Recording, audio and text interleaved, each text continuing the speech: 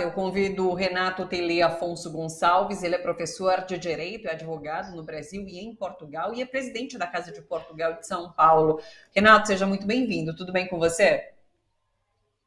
Tudo, Thalita, tudo jóia, é uma alegria falar com os amigos e amigas da TVT aqui diretamente de Lisboa.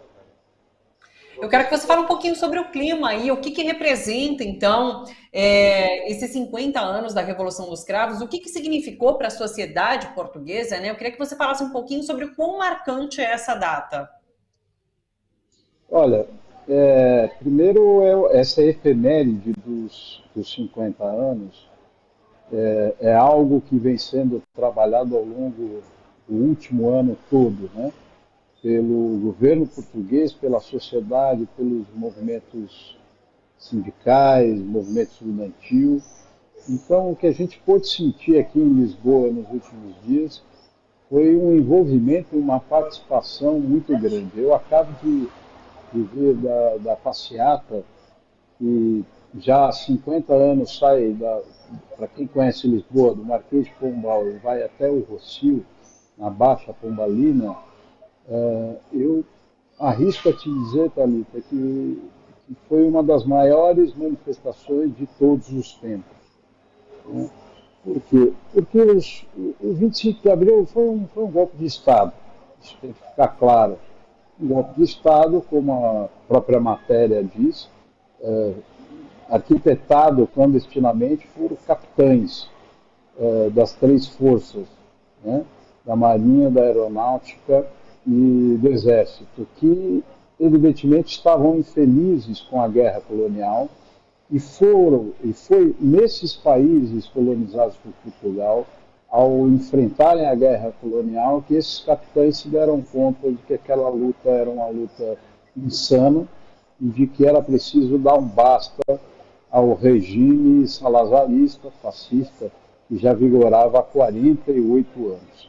Então eles programaram uma operação militar, que é considerada por especialistas a operação militar mais bem sucedida e a melhor operação militar da história de Portugal.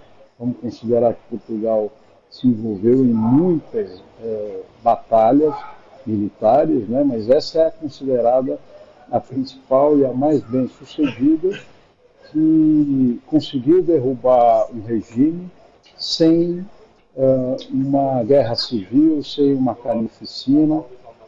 4 pessoas foram por agentes da polícia política de Salazar e atiraram a esmo na população e, infelizmente, 4 pessoas morreram. E o apoio popular que esse golpe de Estado não esperava, ele veio com toda a força já nas primeiras horas do dia 25 de abril, e a Revolução se tornou algo inexorável, né, com esse apoio popular. E, de fato, se nós compararmos todos os números da sociedade portuguesa de 1974 para cá, nós vimos que a democracia transformou esse país, que era um país atrasado, isolado, uma grande taxa de analfabetismo, as mulheres não tinham direito, uma renda muito concentrada. Portugal praticamente não tinha classe média, num país integrado, num país com bons índices de desenvolvimento humano, e que há 50 anos mostra para o mundo que a democracia é algo que deve ser defendido. Eu acho que a principal característica, e hoje eu vi muitos jovens, Thalita, muitos jovens mesmo, claro, aqueles que fizeram a Revolução, porque não foram só os militares, né, que fizeram a Revolução dos Cravos, mas muitos jovens e que batem palmas para os militares de abril. Por quê? Porque eles deram um golpe de Estado e eles devolveram o poder ao povo. Eles se comprometeram, através do programa das Forças Armadas, do MFA, a chamar uma Assembleia Nacional Constituinte. Isso foi feito. Essa Assembleia Nacional Constituinte, durante um ano de trabalho, após um ano de trabalho, deu a Portugal uma Constituição em 1976, que é a mesma até hoje, apesar de ter sido reformada ao longo desse caminho, e garantiu que as eleições para a presidência da República e para a Assembleia da República Portuguesa, as eleições diretas, pudessem ser uma realidade. Portanto, é hora de agradecer aos capitães, mas todos aqueles que deram as suas vidas pela democracia em Portugal. Agora, Renato, é uma celebração que acontece, no entanto, em meio à ascensão da extrema-direita no mundo e em Portugal, né? Recentemente tomou posse como primeiro-ministro do país, o Luís Montenegro, que é da direita e substituiu o esquerdista, o Antônio Costa, né? Como que você vê esse fato e se há uma tentativa de revisionismo histórico, né? A gente sofre com isso aqui no Brasil, em relação a celebrações de lutas populares, em relação a períodos sombrios que vivemos, como na ditadura. Como vive Portugal esse momento, essa celebração, tendo um governo de direita e com esse movimento de extrema-direita ascendendo em todo o mundo? Veja bem, eu acho que isso explica um pouco o tamanho da manifestação hoje na Avenida da Liberdade. Foi algo realmente diferenciado. Muita gente mesmo. Eu que acompanho o 25 de abril aqui em Portugal, em loco, há 20 anos, nunca tinha visto na história. E acho que as pessoas resolveram ir à rua um pouco por conta exatamente dessa situação. Primeiro, é preciso esclarecer que essa votação, sobretudo o Chega teve, que é esse partido de extrema-direita, elegendo 50 deputados numa casa de 240, é fruto da insatisfação e da realidade do povo português. Isso não pode ser ignorado, né?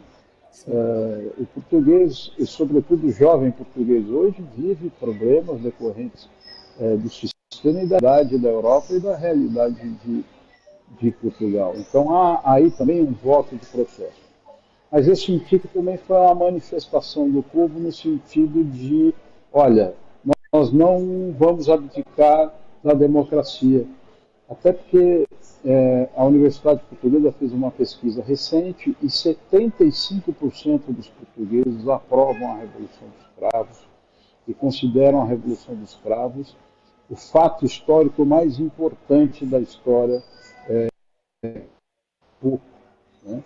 Mas hoje nós assistimos pela manhã na Assembleia da República, na cerimônia alusiva aos 50 anos, a manifestação de todos os líderes partidários e do presidente da República. E o Chega continua com um discurso radical, um discurso de querer fazer esse revisionismo histórico, de dizer que Portugal não deve comemorar o 25 de abril, Portugal deve comemorar o 25 de novembro, fazendo uma análise tendenciosa desse outro fato histórico que também foi importante para a democracia portuguesa, mas, sobretudo, dizendo que comemorar abril é praticamente um desserviço ao país, porque teria o condão de esconder as dificuldades e as realidades vividas, sobretudo, pelos jovens portugueses. Enfim, esse discurso que a gente conhece de radicalismo. Ao mesmo tempo, nós vimos partidos de direita, como centro-direita, como o PSD do primeiro-ministro Montenegro, fazendo coro com o Partido Socialista de Centro-Esquerda, com o Bloco de Esquerda e com o Partido Comunista Português, no sentido de que a democracia é um valor universal e que Portugal não está disposto a retroceder no caminho democrático, a voltar às origens da ditadura do Estado Novo como as forças conservadoras e de extrema-direita no Brasil desejam e quase nos impuseram essa realidade no 8 de janeiro de 2023. Então, acho que a grande questão e o grande exemplo que Portugal pode dar e inspiração para nós é também para os militares, né? Porque os militares portugueses deram um golpe de Estado e devolveram, eles não foram para a política, eles não ocuparam cargos públicos. Portugal teve um presidente da República militar naqueles 2 primeiros mandatos e depois nós não temos mais, que é o general Ramalhianes, um democrata, alguém fundamental para a democracia portuguesa, que foi eleito democraticamente, mas depois nós não vimos mais os militares fazendo política como fizeram nos 4 anos de Bolsonaro. Não vimos os militares no parlamento português como nós vemos hoje, né? Não só mas também nas assembleias estaduais e nas câmaras municipais, ou seja, os militares compreenderam a realidade de Portugal, deram as suas vidas por Portugal, porque o próprio presidente Marcelo Rebelo de Sousa, no seu discurso, foi muito feliz, e o presidente da Assembleia, que é do PSD, né, o Aguiar Branco, dizendo que esses militares suas vidas, porque se a operação desse errada, eles não teriam futuro, né? E se nós todos hoje temos algum futuro, devemos a eles, embora não tenham feito a revolução. Mas eu acho que a lição é essa, dizer, lugar de militar é na carreira militar e não na política. Perfeito. Renato, quero agradecer a sua disponibilidade aqui com a gente, viu? A aula que você veio dar para a gente aqui sobre Revolução dos Cravos, inclusive. Boa celebração para você por aí e a gente volta a se encontrar numa próxima oportunidade. Um abraço. Obrigado, Thalita. Um abraço a todos e todas.